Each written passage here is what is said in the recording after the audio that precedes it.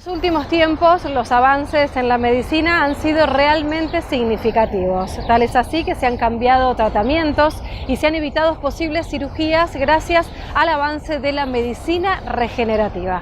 Hablamos de proloterapia, plasma rico en plaquetas y células madres. Las terapias regenerativas engloban distintos tipos de tratamiento, tratando de estimular al sistema inmune propio del paciente para generar una etapa de reparación, ya sea de una lesión adquirida por un trauma o dentro de lo que son los procesos degenerativos. La proloterapia es un tratamiento que se usa hace muchísimos años. Consiste en inyectar una sustancia en un tejido que tiene una lesión con el objetivo de provocar un proceso inflamatorio que estimule la reparación de ese tejido. El organismo lo tiene en forma natural. Lo que pasa es que muchas veces ese proceso degenerativo está inhibido por condiciones ambientales, por condiciones propias del paciente, está retrasado. Se utiliza una sustancia que se llama dextrosa o glucosa, que es un azúcar, para que la gente lo entienda, que cuando vos lo inyectas en un tendón, por ejemplo, que esté lastimado, llámese un proceso degenerativo, que se llama tendinosis, llámese una ruptura parcial, provoca un proceso inflamatorio, que es el mecanismo por el cual cualquier ser vivo inicia la reparación de una herida. Básicamente, proceso degenerativo, hablamos de la artrosis. Es lo que al consultorio hoy más nos llega, te diría, una consulta casi cotidiana y permanente. En algunos casos podemos hablar de curación, fundamentalmente las tendinopatías, las rupturas parciales, las ligamentopatías, y en el caso de la artrosis podemos hablar de mejoría en el cuadro clínico.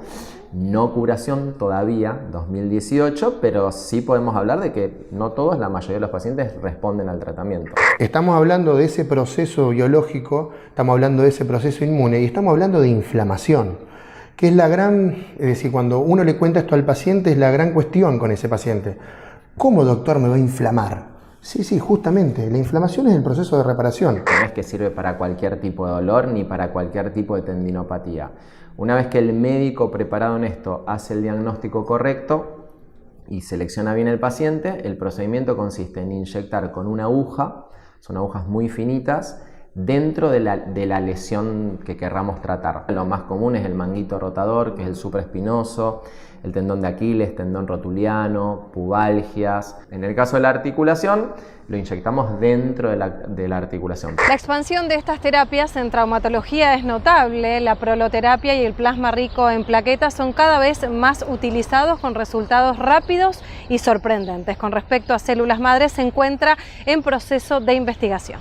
El plasma rico en plaqueta, que por ahí es lo que está más de moda hoy en día, escuchar por televisión, información, revistas, y muy relacionado con el tema de la estética. Nosotros lo apuntamos para otro lado, pero es básicamente lo mismo. Sacarle sangre a ese paciente, procesar esa sangre, de esa sangre procesada uno obtiene la fracción que necesita, se activa ese material para la utilización, en el caso nuestro, la aplicación local. Necesitamos que sea o una tendinosis o una ruptura parcial, no una ruptura completa. Si vos seleccionás bien al paciente, haces bien la técnica, tenés un 90% de chances de resolverle el cuadro. Lo que vos lográs con el plasma, a través de algunas células que justamente son las que concentramos, que son las plaquetas y muchos mediadores químicos que esas plaquetas tienen, estimular ese sistema inmune. Vos le estás avisando al organismo de que algo hay que hacer. Los encargados de esa tarea son las plaquetas. El paciente se va del consultorio con cero dolor. Se va el efecto de la lidocaína y ahí puede ser que el paciente incremente el dolor un poco unos días, pero es unos días, no es tan terrible. Totalmente ambulatorio, generalmente regulado, controlado con el reposo, con la actividad, es decir, cotidiana de todos los días. Algún analgésico no desinflamatorio. Requiere en promedio de 4 sesiones, que se hacen una vez por mes. Células madres, más allá de que en el mundo está en un proceso de investigación, hoy hay aplicación en seres humanos.